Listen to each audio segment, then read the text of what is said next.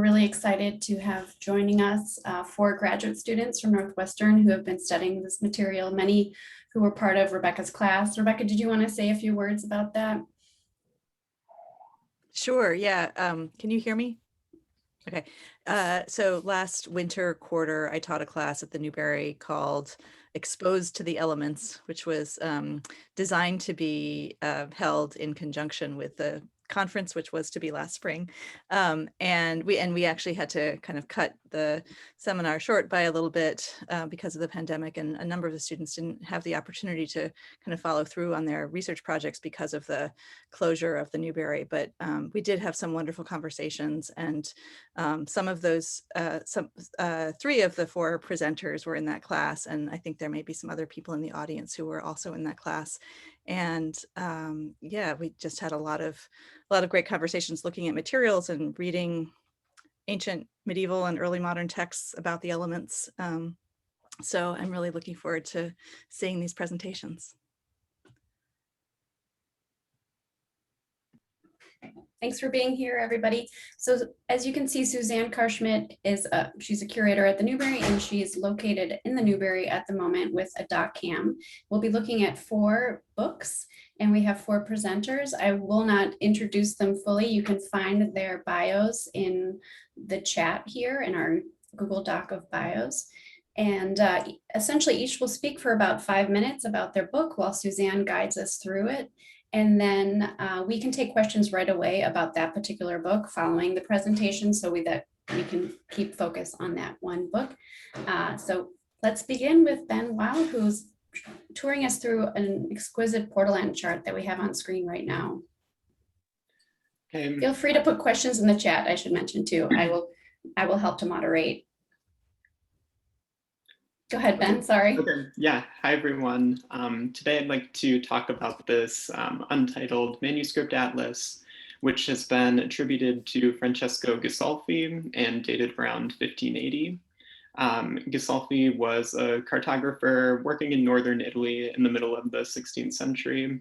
And while we don't know who the original owner of this atlas was, he made other atlases that were owned by the Medici family or the Doria family in Genoa. So we can imagine a kind of mercantile elite context for this object. So right now we're looking at the first full opening of the atlas, which is this great cosmographic diagram that includes images of the 4 elements. So in the, yeah, it's going to be a little blurry, but in the upper right, we have air in the form of an eagle taking a man up into the heavens. Below sorry. Here, actually, can we just keep it at the full page so we can see all of them? Thank you. Oh, sorry. Okay. Yeah, no, yeah. So below, maybe you can make out. There's fire working at the forge, creating something out of metal, and then over to the left, there's water, which is maybe more difficult to see, who's riding a chariot over the waves. And so these 3 elements are all personified by a man who's enacting some kind of mastery over the respective element that they're representing. But in contrast to them, in the top left, we have Earth in the form of a nude woman sitting in an inactive, more passive pose on a bed of hills. And in contrast, she is embodying the element through her body instead of through the activity or action that she is enacting with it. So to move into this really beautiful complex diagram in the center, it follows Aristotelian view of the cosmos, starting with Earth at the center and then the heavenly spheres around. And then this first gold ring has the signs of the zodiac. and months of the year, days of the month. And if you can see, there's a string actually emerging from the center of the page that you can rotate around to precisely calculate which day corresponds to which sign of the zodiac in the ring, which is pretty cool. But then in the ring outside, things get a little bit more complicated, where in each of these gold segments, there's an image of one of the heavenly bodies, which corresponds to a year running around the ring from 1580 to 1600, and a degree of fertility for that year. So in this outer ring, we're getting an astrological prediction of the level of fertility for each of these years running around the circle.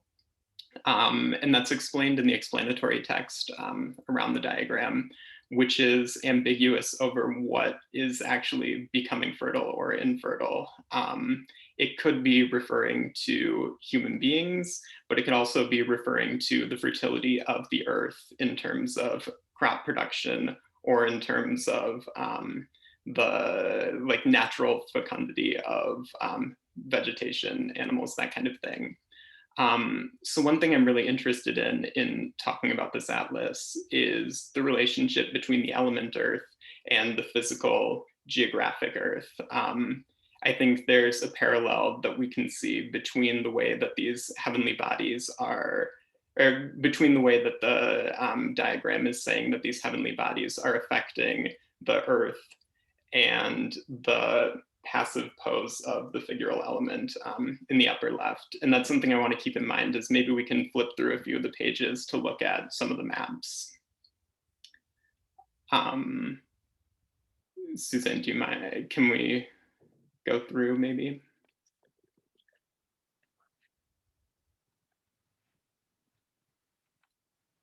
Yeah, so it opens with that globe, but then if we can see, there's going to be a series of portolan charts, starting here with the view of the full Earth.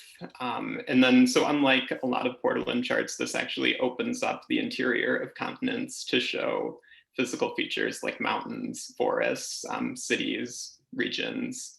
I think, can we move through some of these?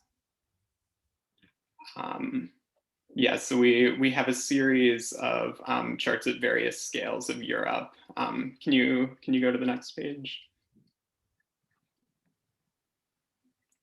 Yeah, this one is interesting. Maybe we probably can't see, but there's images of the cities of Genoa and Venice with city flags and recognizable buildings, which is probably pointing us to this Northern Italian context. I think it's at the top of the screen if you can move up a little bit. Yeah, there they are with their flags, and you can make out some of the buildings. So that might be giving us a hint at the original audience. And then if we can go to the last two maps. Sorry, I'm making you zoom in and out and shift everything around.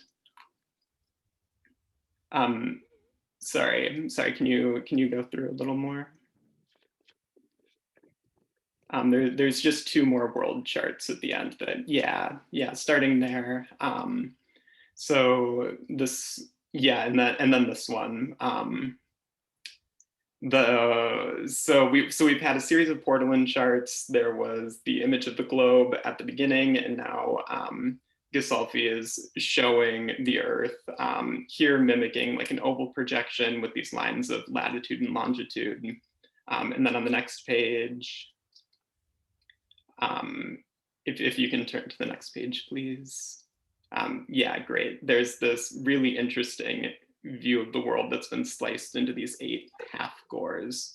And here's where I'm seeing some of the resonance between the way that Ghisolfi is bending, molding, shaping, slicing around the geography or the physical Earth, and this kind of manipulation of the passive geography is resonating to me with the figural representation of the element back at the beginning of the calendar.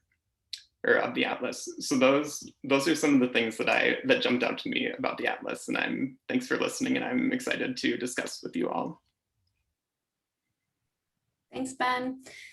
We have a question about size, which is a good question because it's hard to envision. Suzanne, can you put your finger in there just to give a sense of scale?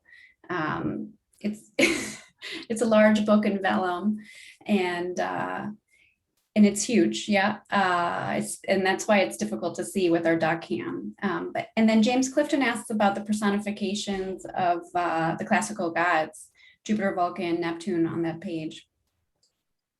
Yeah. So this is what I was mostly researching with the atlas for Rebecca's class.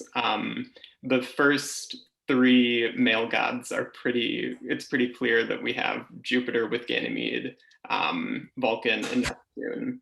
But in the upper left, it's actually, so here are planets, but if you go back to that page with the gold circles, the calendar page, I was able to find that in another atlas by Ghisolfi, there's an identical version of Earth that he labels as the goddess Vesta, which was very surprising to me, seeing as she is the goddess of the hearth that I would much more readily associate with fire.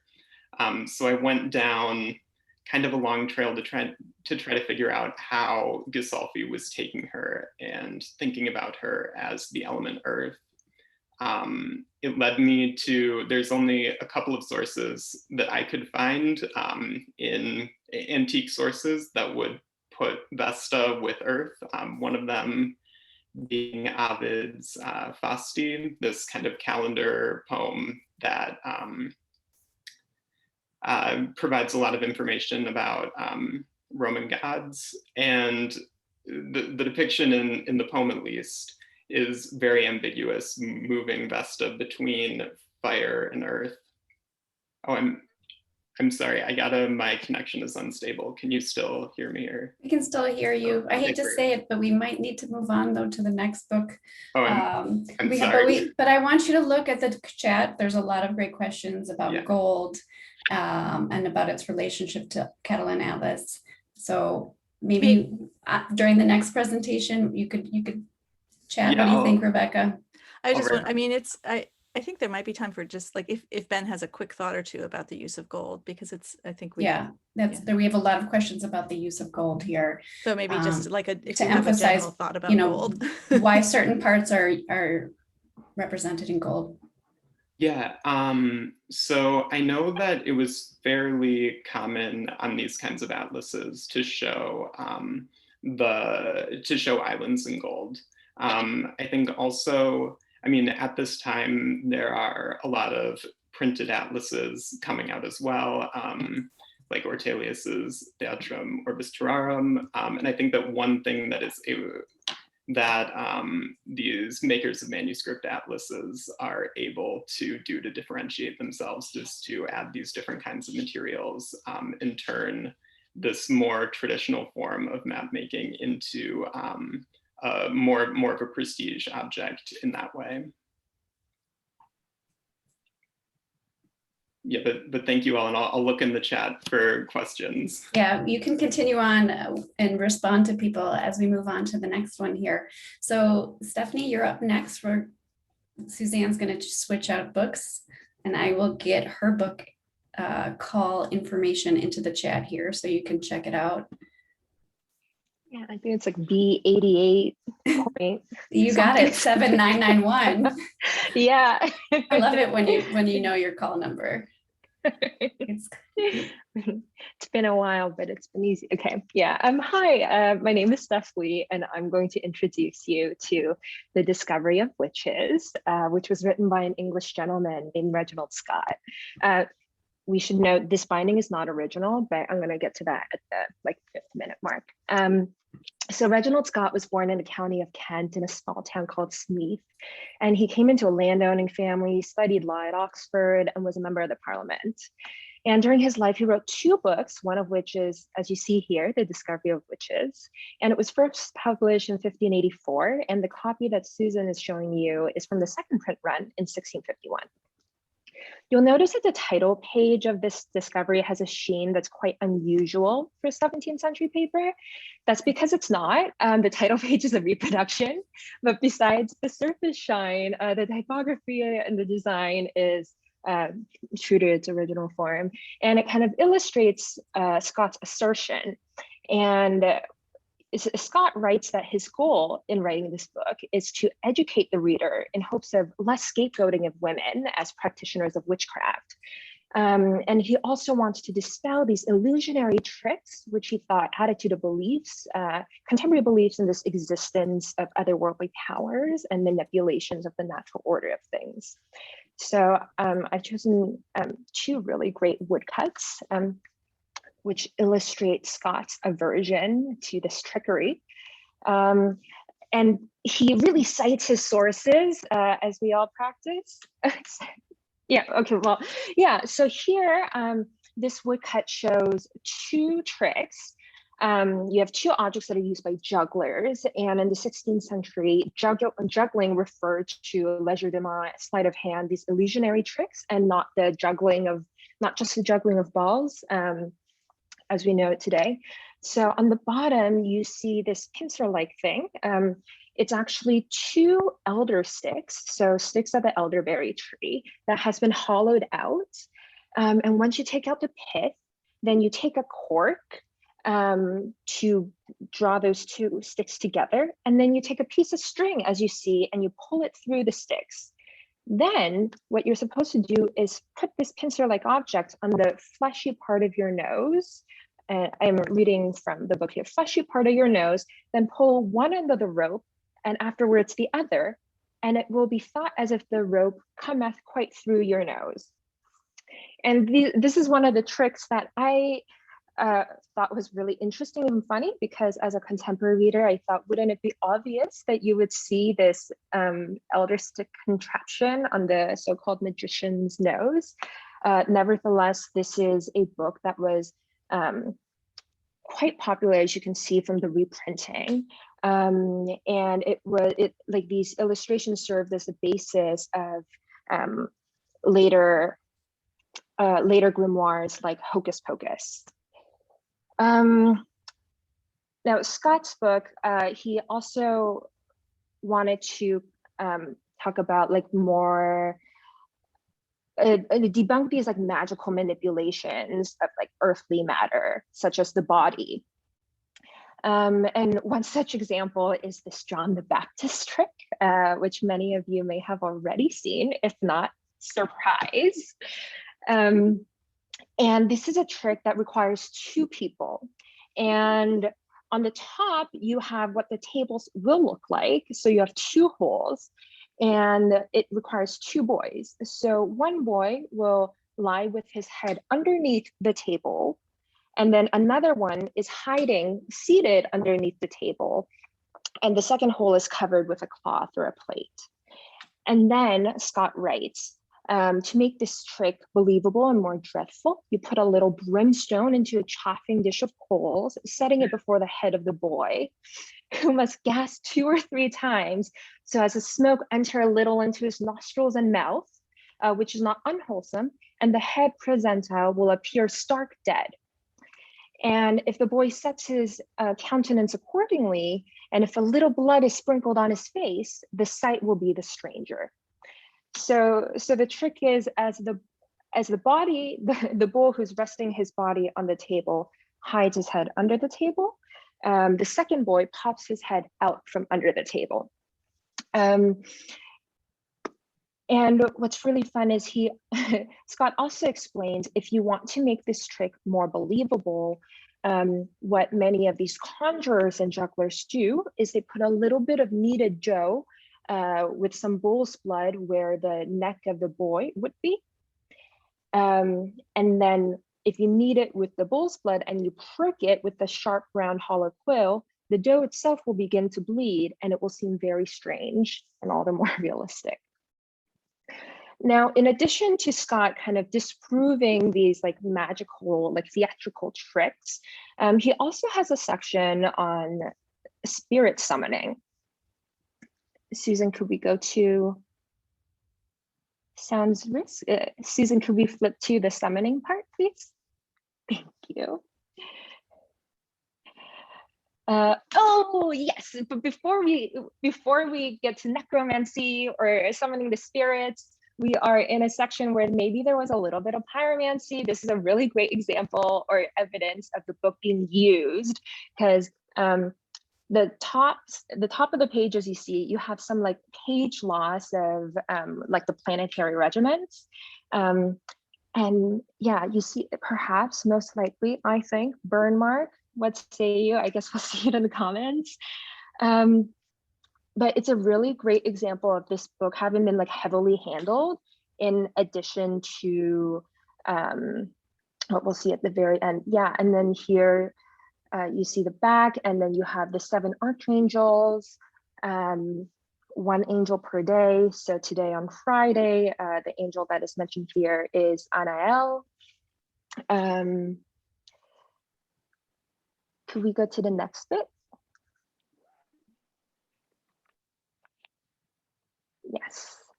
And we have woodcuts like this one, where the diagram looks very much like the diagrams of the Aristotelian elements, and how scholars at the time would have, and cartographers at the time, like Oron Sefine, have described the relationship between earth, wind, air, and fire.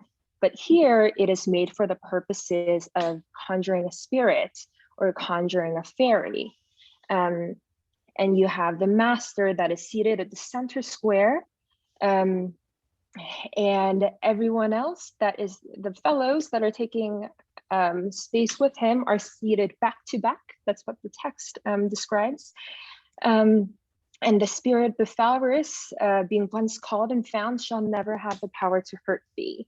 So Scott really kind of goes through these very like thorough explanation of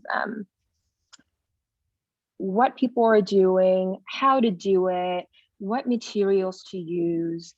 And the last bit, like, I think one of the most exciting parts of this book that I wanted to highlight are these additional pages at the back of the book that have been included when the book was being rebound. And you have these personal notes and observations by the previous owner. And from a glance, you could tell that he was really focused on the parts about summoning the spirits and the angels and their glyphs. There's a headline where he writes, the manner of working, so that he must have been like bathed and clean. There is a, yes, the manner of working. And there's a part where he talks about the different characteristics, the angels of the week. And I just, yeah, this was one of the most delightful finds, I think, is that's in the special collections. And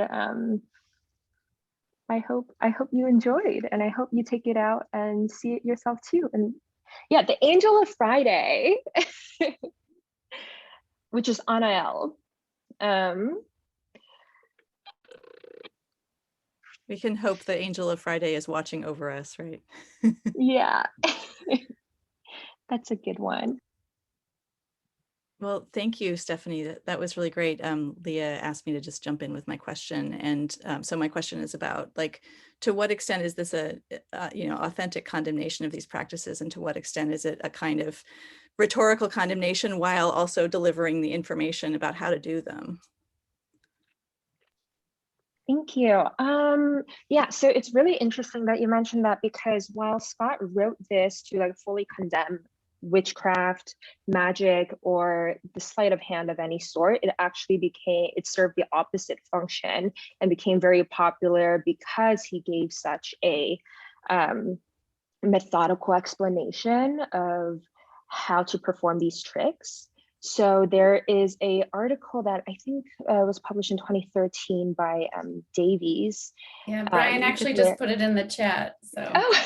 And she was here this morning, but I'm sorry she's not here now. Yeah. Oh no. Yeah. Where she goes through the contemporary reception of Scott's text, which was not very popular, and then it became like it revived in popularity for a purpose other than Scott's own means later on.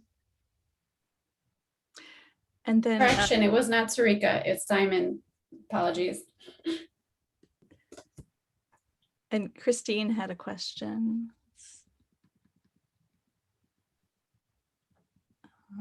Right. I think it was, excuse me, it actually was already answered. I was actually interesting, what are the sources of the books? Did Scott talk to practitioners, or did he had his sources from other books, or was it a mixture? I think it's particularly interesting because people started talk to practitioners at that time. So I was just curious. It's an absolutely fascinating presentation. Yes, thank you. Yeah, so he actually has this index. Scott creates this index of the foreign authors that he's citing, and also the English authors that he's citing.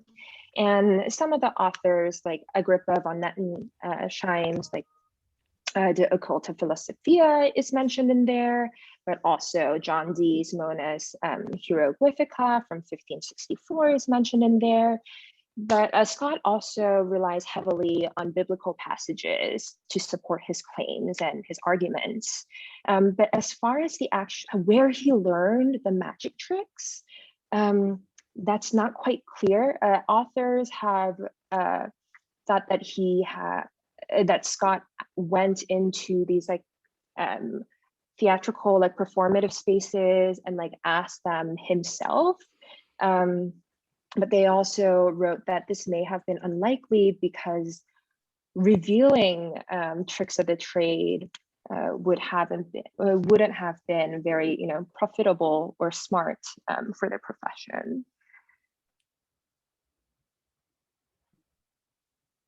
Great. I think we have, Claudia has a question and a follow-up here.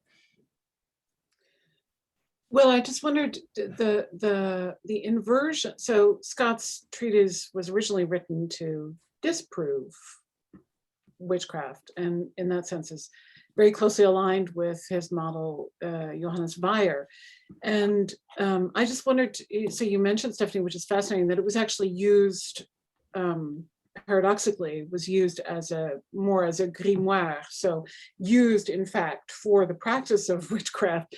And I wonder to what extent that helped for the second edition rather than the first, because it seems clear to me, Scott is somebody I write about pretty extensively in my work on Jacques de Geijn, among other things, because Jacques de Gein's brother-in-law translated it into Dutch in the first decade of the 17th century. But it seems pretty clear that initially, at least, it was really read as a way of saying, these sorts of acts are presented as acts of trickery, but don't believe what you see. Let me show you that it's just a matter of, we can break these down into their component parts. And likewise, for the question of witchcraft as practiced by women, his argument aligns directly with Johannes Weil. So I just was curious about whether the second edition, which is what this translation is based on, or this is the second edition, whether that was when it started to be used as a manual of witchcraft rather than as a treatise against witchcraft. Well, I think because the second edition was published after Scott's death, like the first edition, it was not received very warmly at all. And it was after the second, third, and fourth edition, and like you mentioned, the Dutch translation, when Scott's work and his woodcuts and illustrations that he used to, like you said, kind of break down these tricks and show that, hey, there's a logical explanation of these things rather than magic. that's when his work started being really like part for parcel taken out of context. So the woodcuts were like reprinted, like copied and reprinted in grimoires without the accompanying text that Scott provided so painstakingly to show that let's not believe this. He was a member of the Family of Love, which was like a secret society, and they really believed in this spiritual enlightenment was possible through education and love for all. So it just kind of, his original intent no longer carried through in later publications. Thank you. Rebecca, you want to just pop in before we move on to the next one? Oh yeah, I think it's worth separating, like, witchcraft being practiced actually there are many different things. The witchcraft being practiced with a sort of authentic belief that it's supernatural. There's like the critique of witchcraft that reveals it to be mere trickery. There's trickery presenting itself as witchcraft. There's trickery presenting itself as witchcraft, learning the lessons of the unmasking of witchcraft as trickery. I mean, it seems like there's a lot. Yeah, and it's different kinds of illusion, right? Yeah, absolutely. So in some ways that could kind of bring those things back together and, in certain ways too. But it's just, yeah, it's interesting to think like I think the element of the supernatural within the elements of the natural, right? It's kind of interesting to think about here. And this kind of brings me back to Christine's keynote also, the question of the supernatural with respect to the elements. Yeah, I think what's interesting about this book is because it was originally, written in 1584, but then this is the later reprint. And then it was also rebound and then used at a much later date. So it shows how like the transfer and like circulation of elemental knowledge is kind of built upon one another, and there's losses, and it's almost palimpsestic how these understandings around witchcraft and illusion kind of travels through time, through text and Okay, wonderful. We're going to move now from witchcraft to natural history and look at Willem Piso's Historia with Arianna. Thank you, Leah. And I also just want to say thank you to Suzanne and to all the organizers for doing this for us and inviting me here today. So the object I'm going to be discussing today is entitled the Historia Naturalis Brasiliae. It's also a very large book, as you can tell on the .cam. And I want to begin with a bit of background before diving into the images. So the Historia, we can't quite see it without all of us turning our heads. Is there another way you can show it? Yeah, I guess so. Yeah, I think that's okay. And it's very well digitized online. So if you would like to see some more detail in the print that isn't available with our .cam, you can always Google it very easily. Yeah, it is very big, as you can see. So this book, the Historia Naturalis Brasiliae, is a printed volume containing 12 books total. 4 of the 12 are by Willem Piso, a physician, and the remaining 8 are by Georg Markgraf, a naturalist. Piso and Markgraf's writings were compiled and edited by geographer Johannes de Laet, and together their books comprise the early modern period's most comprehensive documentation of the natural history of Brazil.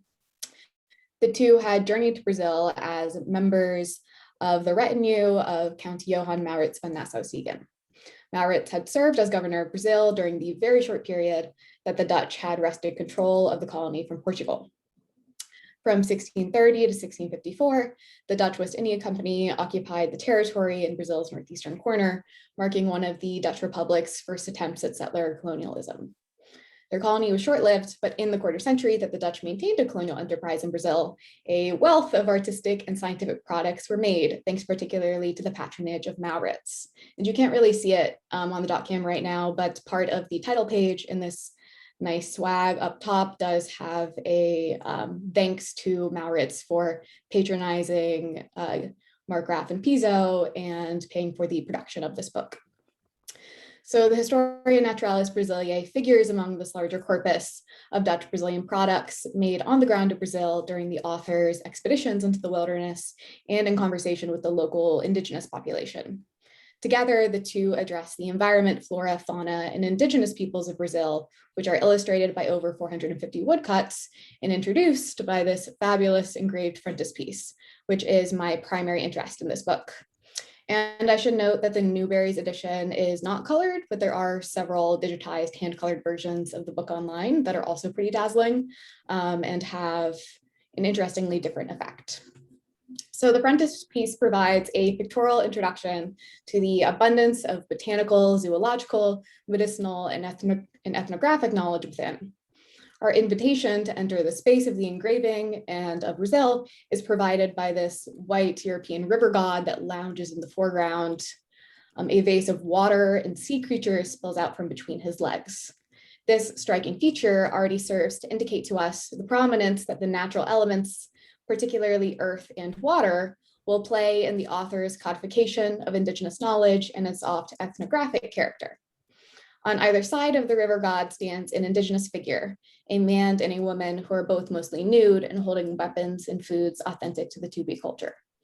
Their bodies are equated to the row of trees behind them that look something like a colonnade and leads the eye to an indigenous dance that is taking place in the distant background and is really smack dab in the center of the image. A garland of plants, fruits, and animals frame the title that is also held up by two monkeys and surrounded by other animals exotic to the European audience, such as macaws and snakes. It is clear that this frontispiece is meant to be a feast for the eyes, picturing a lush paradise that is primitive and uncivilized, but also enticing and beautiful.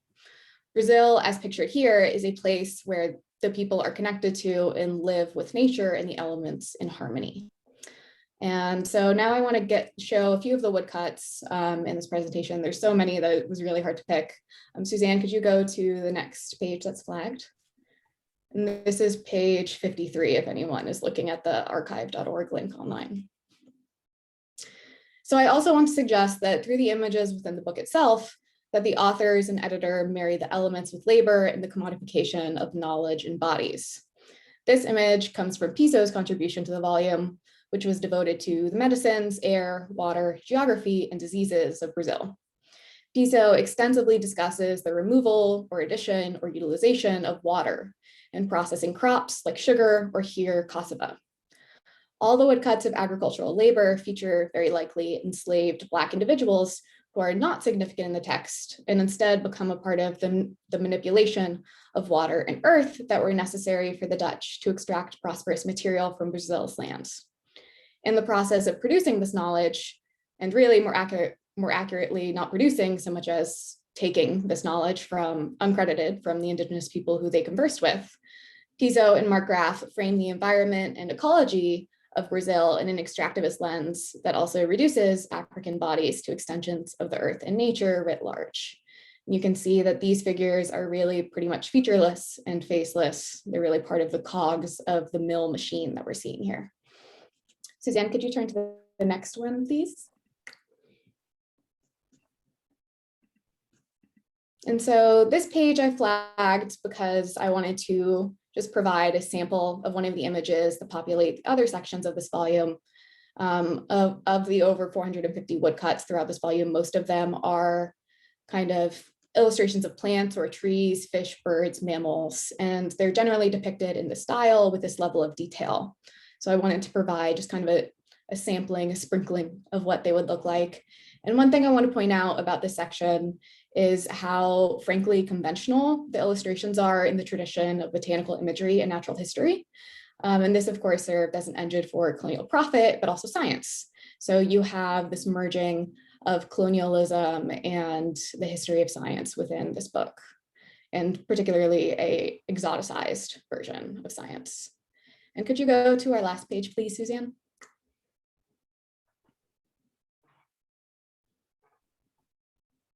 There we go. So this is a really complex book, and it was very difficult to try to reduce it to a 5-minute presentation. So instead of giving like a nice summary to it, I decided I want to show you guys this nice sloth with a very long neck. And I find it really amusing. It makes me happy. I hope it brings you guys joy as well. I also have a fun sloth fact I learned this morning, which is that sloths can hold their breaths for longer than dolphins. So thank you guys for your attention. I hope you enjoy The Sloth and this book. Wonderful, Arianna. Great presentation. And it's nice to end on this happy sloth. Thanks for pointing out those bodies. I think that was really powerful of the, I guess, extractors in the first image you showed after the frontispiece.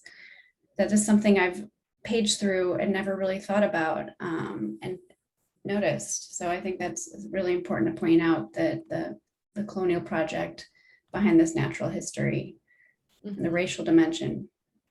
Yeah, and I think it's interesting because mostly in the images of the animals or the plants that we see, that is entirely effaced, the labor that was part of producing this knowledge in this book. So I found it really striking that at the beginning, there are only a few woodcuts, but they do kind of show us a very sanitized version of what happened behind the scenes that made up what had to happen to produce this book.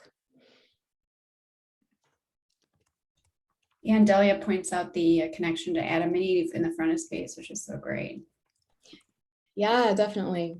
I definitely think that they're kind of an indigenous version of Adam and Eve, and they have this natural contrapposto. They're really based off of the artist of the engraving, who we don't know their identity, was really drawing off of the art of another artist that lived in Brazil named Albert Eggert. So it's also interesting that we have this linkage between the network of artists that were living and working in Brazil. And Brian traces the origin of the sloth to Clusius. I was wondering about that, if we could trace his sources from earlier texts. I was wondering about Aldrovandi too. Yeah, a lot of the images are reused. So even though in the text he's kind of they're presenting this as, new knowledge of Brazil and providing, this type of eyewitness effect that's meant to validate what they're trying to teach you as the reader. A lot of the images are actually lifted from earlier publications and probably weren't actually based on their expeditions into the wilderness or their observation of the zoo that Maurits had, for example. A lot of them are actually, which is why I think the sloth is so weird, because it's not actually based on a sloth that they saw. Claudia, Rebecca, do you want to come in and ask your questions?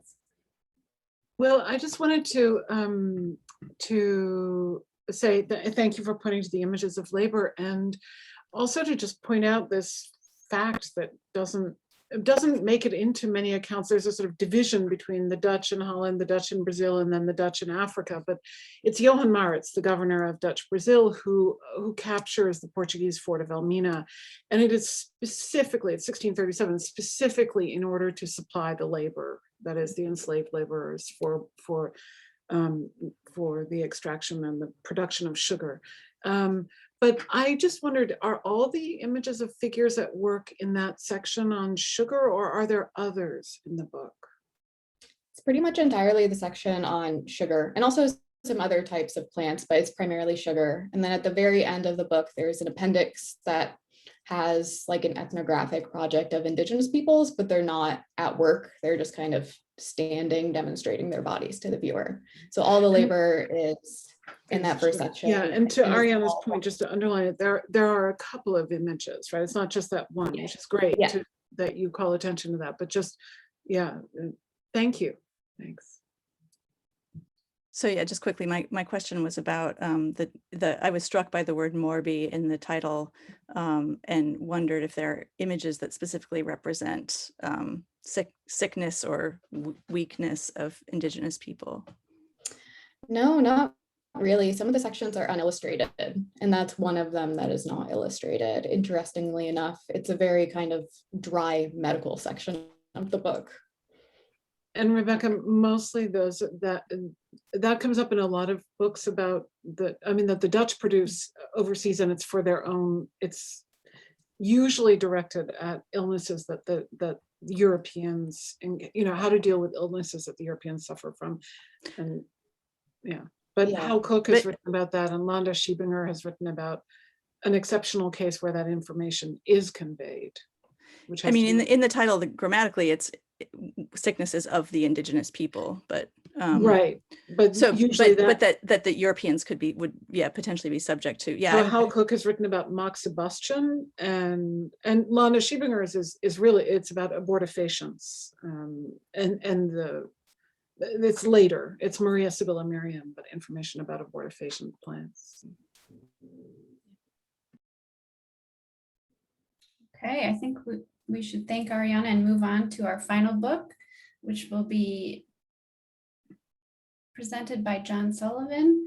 I've been referring to it as the volcano book, but I will put the proper title here, Campi Phlegrae. It's a book by William Hamilton, 1776. Great. It's a big one, so we'll have to zoom out. And multi-volume, I imagine, even if we just have two of the three. Yes, so hello, I am John Sullivan. I will be talking about William Hamilton's Campi Phlegrae, which is not easy to say. Literally translates as burning fields. Might call it that throughout this presentation, we'll see. Yeah, Hamilton, pretty well-known figure though, British ambassador to Naples for 36 years, from 1764 to 1800, noted amateur volcanologist, Royal Society member, part of the Hamilton-Nelson love triangle, so that's fun too. Yes, and in 1776, he published at his own expense, considerable expense, this book that we're looking at right now. What we're looking at is the frontispiece to the first volume. And in 1779, he came out with a supplement after Vesuvius's massive eruption on the night of August 8-9 of that year. Yes, and I imagine it is the supplement that Suzanne is now getting for us. Yes, and so you can see, once again, title page of the frontispiece of the supplement with all of these vignettes of the eruption on that night. I guess before I look at those in particular, just to give a bit more background about the work, it's obviously, it's very lavish. Even I think the 7 or so plates we have attest to that, but the second volume of the work has 52, which are all in full color, based on paintings by Pietro Fabris, a Neapolitan artist, relatively minor. I don't think he's very well known outside of his collaborations with Hamilton, but Fabris was active in both Naples and in England at the time. Yes, and the letters that accompanied all of these plates were basically recycled articles and letters that Hamilton had circulated through the Royal Society, through his kind of dilettante scholarly networks. And he reproduced them in English as well as in his own French translation. So the idea being that they would be more accessible to members of the Neapolitan court, colleagues of his on the continent. So you get that kind of gesture to cosmopolitanism of the age. Yeah. And so these images that we're looking at here, I think an interesting thing to point out is just if you look at some of them, Hamilton is often putting himself in the scenes as kind of a guide. And often, I mean, if this is, I should say, reproduced, digitized in a big way online, so you're welcome to find it for yourself and look for yourself. But yeah, often you can see, yes, I suppose if you're looking at the bottom one, it's very clear because they're kind of outlined in silhouette against the lava flow, just kind of very coolly assessing the scene, assessing this, dynamism of the earth during this eruption.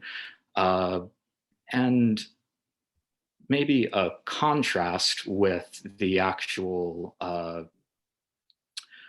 day and night scenes of the eruption that are two of the main plates of the supplement, if you want to switch to those, Suzanne.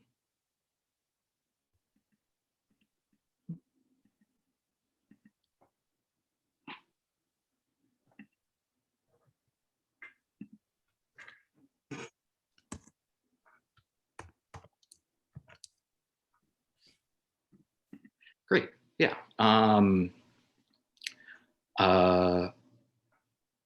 And here, in contrast, I think the contrast is interesting. The viewers clearly seem to be Neapolitan natives. Their gestures are much more theatrical. One of them is holding up a print, very possibly, yes, painting something of some sort, very possibly an image of Saint Gennaro, patron saint of the city, supposed to guard against volcanic eruptions, protect the inhabitants. And so there's kind of an ethnographic thing happening here, the way that the residents of the area are reacting to the eruption as opposed to Hamilton himself as this kind of, Enlightenment figure, a man of letters. So it's a bit more complicated than that, I would point out as well, because he is, if you went back to the frontispiece, he is always accompanied by someone during these treks up the volcano. It's very possible that the other, at least one of the other figures in silhouette that you're seeing there is his local guide, Bartolomeo Pummo. And so, yes, despite the kind of more ethnographic material that you're looking at in the other plates, it's always Hamilton's knowledge being based on that of a local source. I think the final thing I'd say, I think it bookends well with what Ben was talking about at the beginning, the fecundity of the earth. If we're really thinking about this in elemental terms, this is the earth presenting itself as dynamic about its combination with other elements as well, obviously fire, but also air and water during the eruption. This is something that Hamilton discusses and in his letters. And so it's about change over time, about the earth existing in time. And Hamilton, kind of in typical Enlightenment fashion, felt very keenly not just the volcano's destructive force, but its creative force as well, how periodic eruptions had shaped and reshaped the Campagna over time, not just famously burying Herculaneum and Pompeii, but contributing to the fertility of the agricultural district around Naples. And so I guess the quote I would end with, it's from the introductory volume. He's saying, I think this is to John Pringle, I flatter myself, at least by these exact representations of so many beautiful scenes, all of which have been undoubtedly produced by the explosions of volcanoes, that this tremendous operation of nature will now be considered in a creative rather than a destructive light. Yeah, so thanks. Beautiful way to bring it full circle, John. Thank you. It's an incredible book. Actually, I wondered if you could talk, are you planning to engage with this book in your research and your dissertation? How does it fit in with your project? He really cared about volcanoes, whereas I am more of an earthquake person. Right. Though obviously you cannot separate the two out. Hamilton also ventured down to Calabria in 1783 after a major series of earthquakes there, and it was basically him interviewing various peasants and people who had experienced the earthquakes, trying to get them to indicate in some way that it was basically subterranean volcanic activity. Was the water hot? That sort of thing. So yeah, he's a fun guy. Hopefully he makes it into the dissertation, we'll see. It looks like Suzanne wants to talk about the obsidian. Sure. I have less to say about these, Yeah. but certainly the notes, the commentary that Hamilton includes with the plates, he's mentioning how basically these are various volcanic, I think that's the last plate of fragments. I think the first plate has volcanic bombs and whatnot. The last plate is mainly scoriae. Yes, that awkward thing is a volcanic bomb.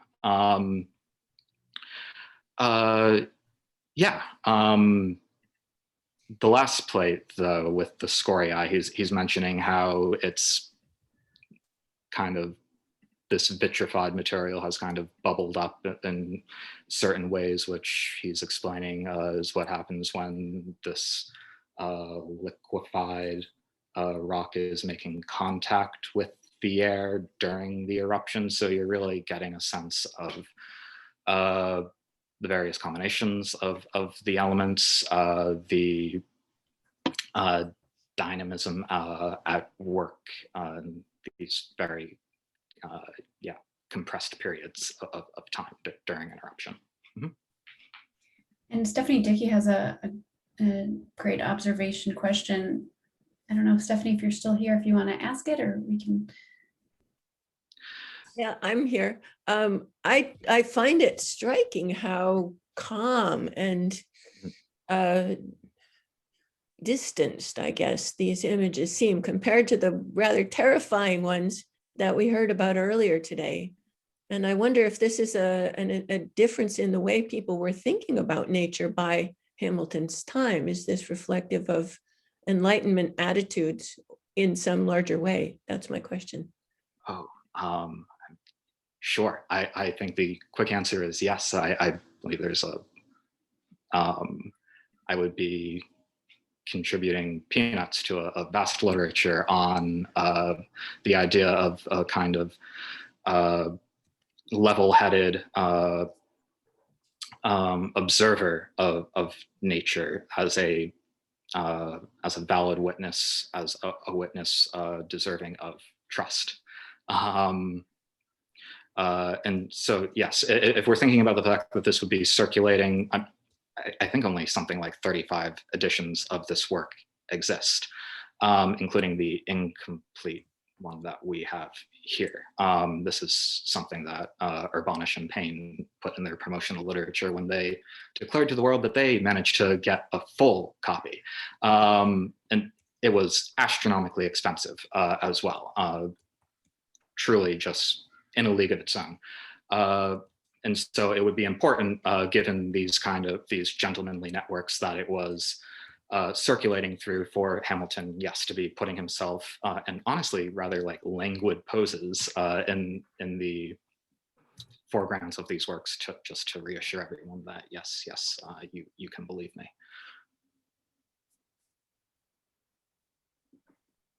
Great. Oh, we have a question from Sophie. One last question before we conclude. It wasn't actually really a lot of great comments too. Yeah. Yeah, it was just a comment, amusing. It really struck me in the vignettes of the volcano erupting. It's kind of not a limited, well, quite a limited palette, like all of the earth and the terrain of the earth is kind of blacked out and silhouette. And it just kind of made me think about earth and stone and kind of the fourth sensorium. And the way we kind of apprehend earth and stone, the weight of it, the way it blocks the light. And we've been talking a lot about the representational challenges of showing the different properties and qualities of the elements. So it just got me thinking about like, how do you show the weight of something, or like its solidity? Is it something to do with it kind of blocking out the light? It just, there's like really striking contrast between the earthy terrain and the air of the sky. that you talked about really eloquently. Yes. Anything yeah. else to say on that? On that front, if I can get one last comment, since I myself need to go soon, regardless of whether all of you are staying. But if you do bother to find these other plates from the work, which I really encourage, it's really the hand that Hamilton must have had in guiding Fabris is clear, because you can really distinctly, he cared a lot about layers. And you get that through through the palette, the various shadings of the earth. He really cared about the layers of soil and of volcanic matter that were accreting over time. And it's like you really get a sense of the earth itself as a kind of archive in them. So that's very nice. I like this idea of the earth as archive. Let's end on that point and applaud our wonderful graduate students for these incredible presentations and for leading us through a couple collection items. We're so grateful. And thank you to Suzanne for being there and showing us the books. And we will see you tomorrow at 10 a.m. Chicago time for day 2 of Elemental Forces. And thanks for a great day, everybody. Thanks.